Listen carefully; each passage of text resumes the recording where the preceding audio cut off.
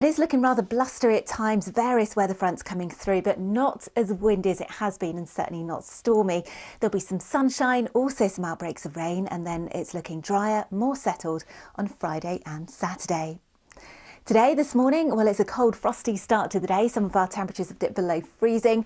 We'll see lots of sunshine around through the morning. We'll keep the sunny skies, and then while it's still looking dry for much of the afternoon, there will be more cloud building in from the west and possibly some scattered showers as well. Quite a brisk southwesterly wind blowing. Temperatures are lower than they were yesterday, but still getting into double figures. I think in central London, certainly 10, 11 degrees Celsius.